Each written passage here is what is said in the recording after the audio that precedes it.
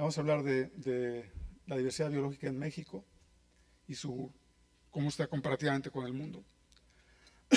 Las actividades humanas que han afectado a la biodiversidad, y con algunos casos vamos a ver efectos que se han detectado de estas actividades, en específico con aves, modelación, y algunos puntos sobre efectos subletales, que son los que generalmente menos se han estudiado y que tienen repercusiones importantes a nivel de demografía de poblaciones, y los aspectos de salud. Y finalmente hablaremos de, si nos da tiempo, de los oasis. Esta es una forma de representar los estudios que están haciendo a nivel mundial, integrando los aspectos de distintas áreas para el entendimiento de los ecosistemas y cómo se pueden manejar. Este es un libro que va a salir en los próximos 2 meses, lo publica CONACYT, con la UNAM, y trata en general, la siguiente, de esta cuestión de la evaluación del milenio, de ecosistemas, que publica en 2003, y trata sobre aspectos de cambio global, cómo afecta procesos de ecosistema y a nivel de biodiversidad, y todas las repercusiones que tiene en aspectos de utilidad para la gente. La siguiente. Entonces, se aborda desde distintas perspectivas el análisis de la diversidad, desde la parte más molecular, genética, y puede llegar hasta hacer análisis a nivel ecosistema, a nivel paisaje, y todas las redes de interacciones que ocurren en un sistema. Entonces, esto es algunos tipos de modelación que están haciendo en función del incremento del conocimiento que se tiene en los sistemas. Por eso es tan importante entender en cualquier sistema y en cualquier región cómo están conformados estructuralmente los sistemas y la parte funcional, para ver cómo y qué efectos tiene en las interacciones cualquier modificación que se haga en el ambiente en relación a las actividades humanas. La parte natural es la que está más entendida y más estudiada. En México somos privilegiados en relación a la cantidad de elementos que conforman nuestros sistemas y que de alguna forma y en algún momento dado podrían ser de utilidad para cualquiera de las aplicaciones que se le quisieran dar de uso o función que tuvieran un beneficio para las sociedades humanas. La siguiente. Pero otro de los problemas que hay, y que es en lo que nos hemos centrado en el grupo, es que las actividades humanas han modificado cerca del 90% de la superficie terrestre, es decir, solo un 10% a nivel mundial de la superficie está sin algún tipo de actividad. Esto en relación a los millones o miles de millones de hectáreas que tiene el mundo, pues indica que ya hay un efecto en los sistemas y que de alguna forma las formas de vida, los integrantes de estos sistemas, pues tienen que estar lidiando, es decir, hay procesos adaptativos de corto plazo, y si no, en la tolerancia se verá si especies persisten o no persisten. Estas son las causas de amenaza que tienen a nivel mundial las especies.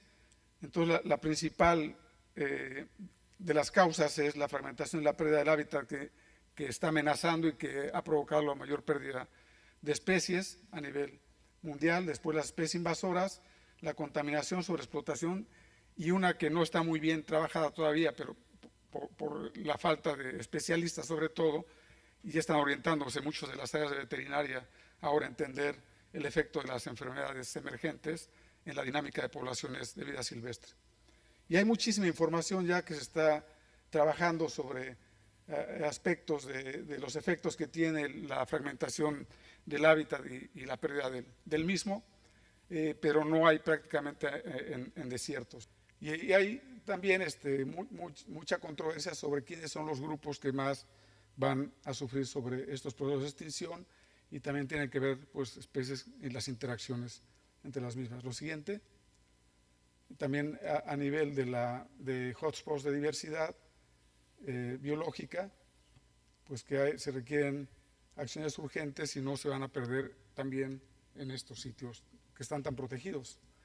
Y bueno, esto no solamente de gente que se dedica a los aspectos más de conservación, sino gente como Francisco Ayala o Avis, que están publicando también datos sobre este problema y las implicaciones que tienen el entendimiento de la evolución de los sistemas.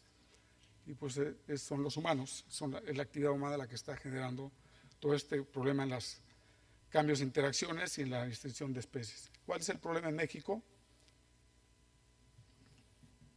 Bueno, las amenazas que hay en México son muy parecidas a las que ya hablamos a nivel mundial, solo que acá ponen la cuestión de cacería y sobreexplotación, destrucción del hábitat de especies exóticas y otras. Y esto básicamente es por una falta de información, más que en realidad sean estas las causas que están generando la pérdida de especies en México. Hay un problema grave de fragmentación y pérdida del hábitat a nivel de país. Este trabajo lo hace la Semarnat en 2012. Es el estudio de país para ver cómo están la cuestión de cobertura vegetal y qué tan fragmentados están los sistemas. El porcentaje de vegetación remanente al 2007.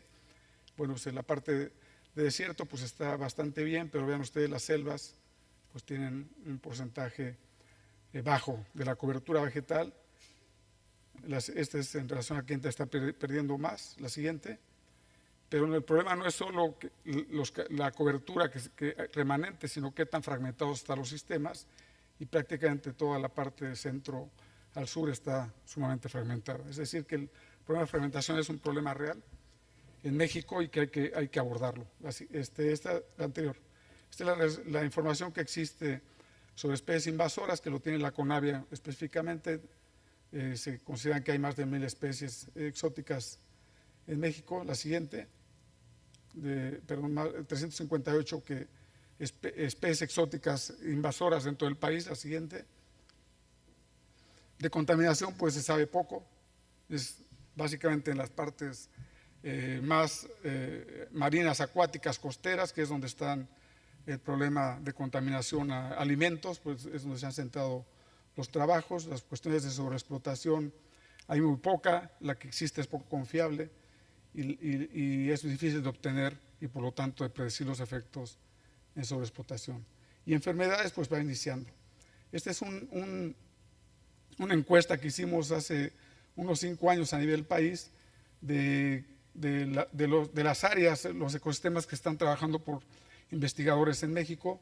Respondieron alrededor de 90 investigadores de todas las instituciones del país y pues ahí se ve que la parte, no se ve muy bien aquí para ustedes, pero esta es la parte urbana y agropecuaria, que hay gente que está trabajando en eso, pero no en la problemática que es importante, que tendría que ver con fragmentación, especies exóticas, pérdida de hábitat, ¿no? Es decir, que sí lo consideran como un problema importante, pero poca gente lo está trabajando.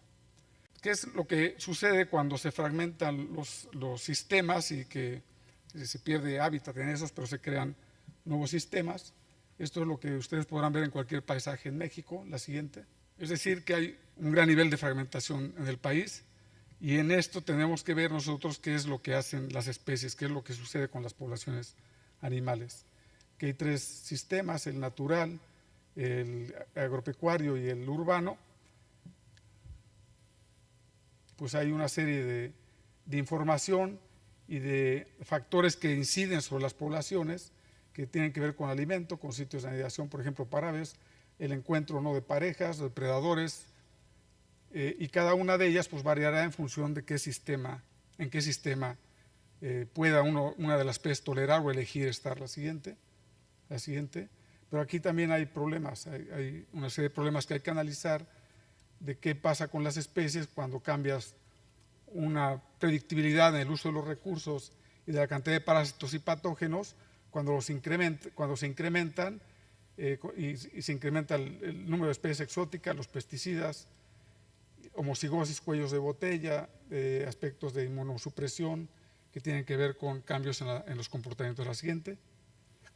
Por ejemplo, aquí en el estado, pues esta predicción de la riqueza de especies en relación a depredadores, pues se ve que es mucho mayor y más alta en la parte natural que en la urbana, pero la abundancia de algunas de las especies que se vuelven depredadores en los sistemas urbanos o en los sistemas rurales, pues también tienen incidencia sobre la riqueza de las especies que se encuentran ahí. Entonces, estas son las variables, digamos, que habría que estar evaluando en relación a lo que una especie, una población está diariamente lidiando en la naturaleza, que tiene que ver con las cuestiones de patógenos, parásitos, estocasticidad ambiental, la demográfica y a la vez la cuestión de actividades humanas. Que estas tienen repercusiones. ¿Por qué? La siguiente. Pues no hay forma de que las especies evalúen si un sitio está contaminado o si un sitio tiene especies exóticas, es decir, no tienen forma ellos de elegir o decidir a dónde están entrando. Entonces estas acciones de actividad humana tienen repercusión en la variación natural, y los ajustes evolutivos son, en este caso de corta duración, es complicado que tengan respuestas de corta duración. La siguiente.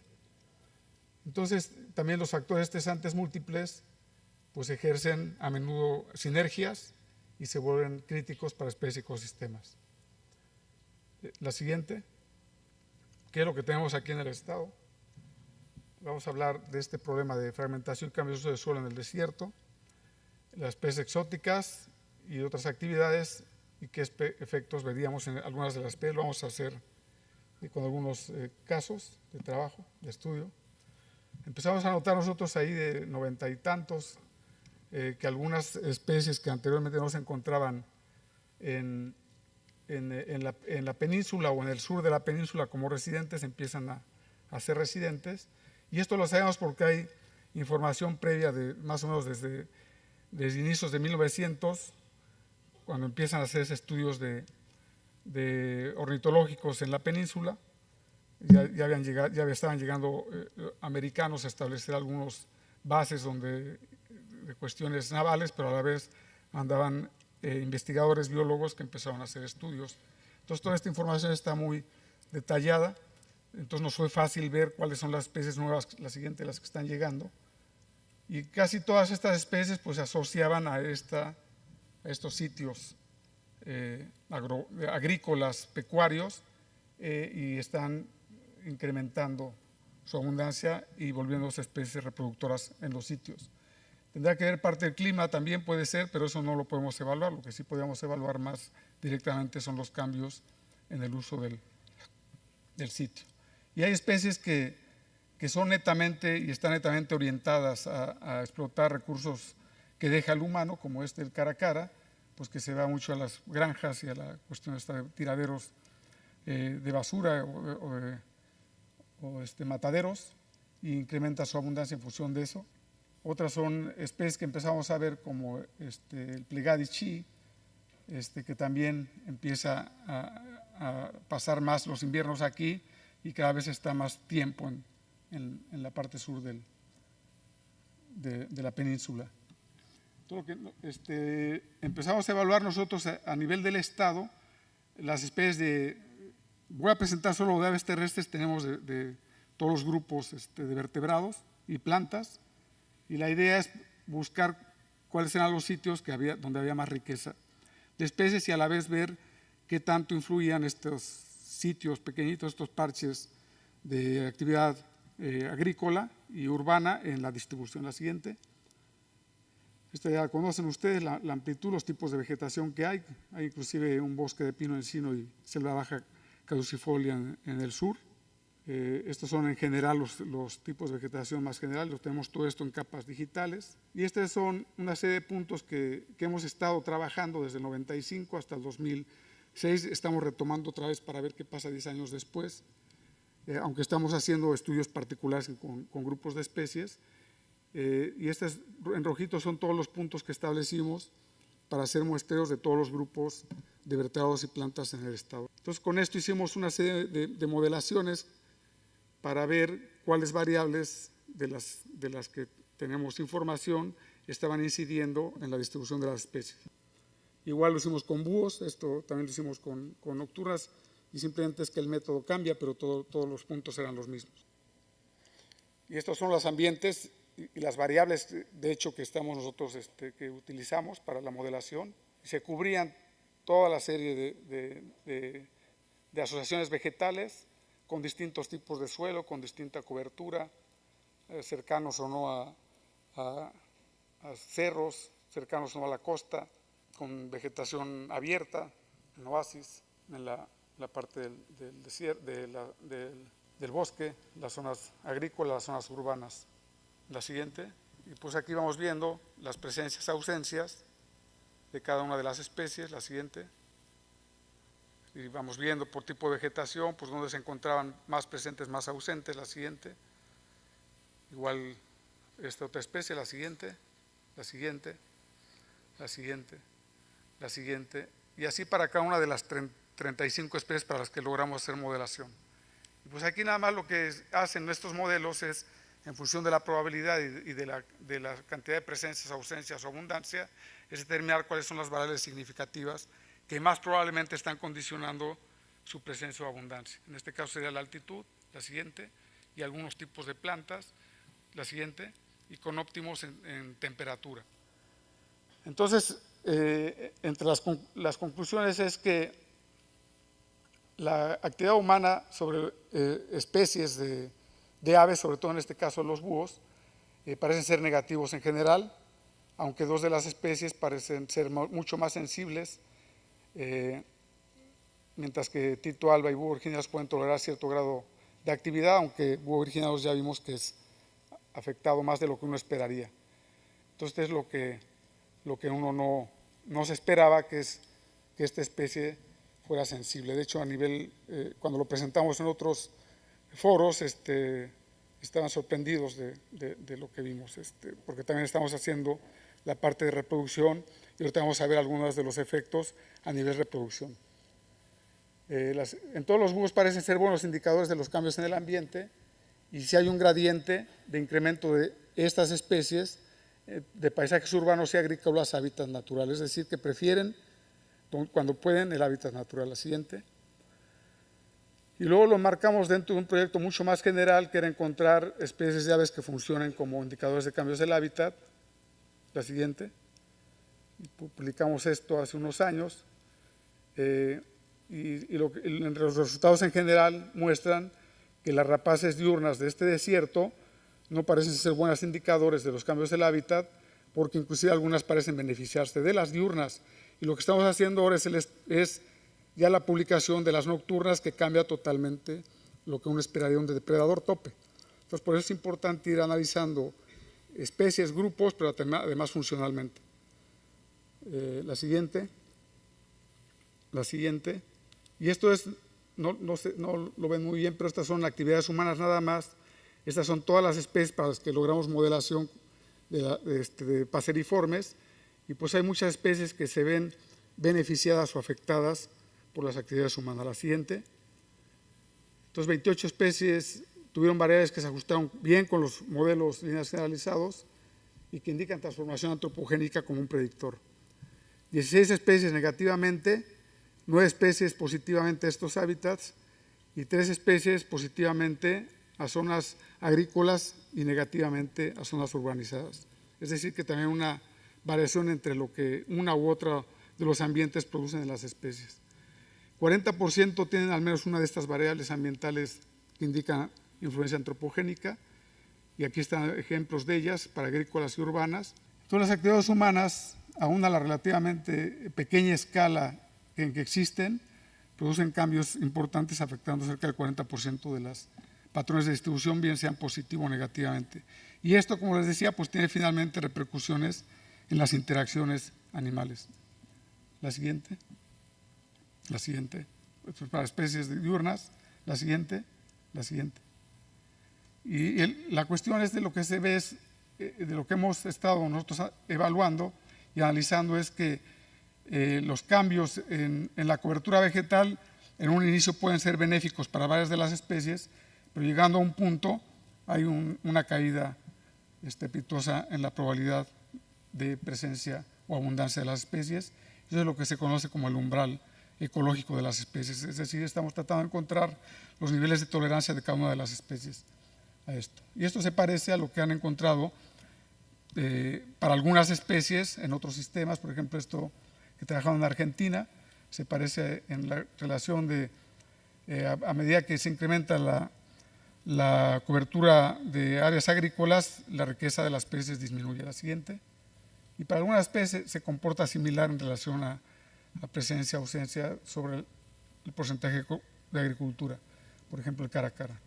Hemos estado trabajando ya por los últimos 15 años en el Valle de Santo Domingo, en este sistema fragmentado, y estamos haciendo análisis a nivel numérico, a nivel genético, a nivel de respuesta inmune de especies y a nivel de lo que implica demográficamente para las especies esta fragmentación que ha ido en incremento desde los 70. La siguiente. La riqueza de especies de rapaces. La siguiente, que es mayor en la zona fragmentada que en la zona natural. Igual la abundancia de rapaces en la zona fragmentada es mayor que en la natural. La siguiente. Y algunas de las especies se ven beneficiadas, es decir, se ven mucho más, son mucho más abundantes y con más presencia en las zonas que son fragmentadas y de hecho se reproducen cercano a estas zonas. Esta cuestión del cambio global, que son las variables que estuvimos viendo, los factores afectan de forma masiva a especies, particular, riqueza y diversidad, redes tróficas, redes mutualistas. Pues hay acciones que se podrían tomar para restaurar y recuperar hábitat, para recuperación de especies, pero la siguiente, si hay pérdida de hábitat, esto simplemente no puede ocurrir, ¿no? No hay ningún sistema en el mundo donde se haya perdido el hábitat a un nivel pasado cierto umbral y que puedan hacerse cuestiones de restauración y recuperación de especies. La siguiente. Y pues esto es lo que estamos nosotros tratando de entender cómo están los depredadores tope en relación a la abundancia de presas, a los sitios donde se encuentran. La siguiente. Y vemos que cuando hay mayor abundancia de depredadores tope, la diversidad de presas se incrementa, la diversidad de plantas se incrementa de otros grupos y por lo tanto la diversidad biológica total se incrementa. Esto es la parte teórica y la realidad es que como las actividades humanas afectan estas relaciones, las afectan, pero lo que nosotros hemos encontrado, que ya no da tiempo de mostrar, es que es al revés de lo que se esperaría. Los depredadores tope aquí en el desierto no son buenos indicadores de diversidad biológica, aparentemente por la disponibilidad de presas.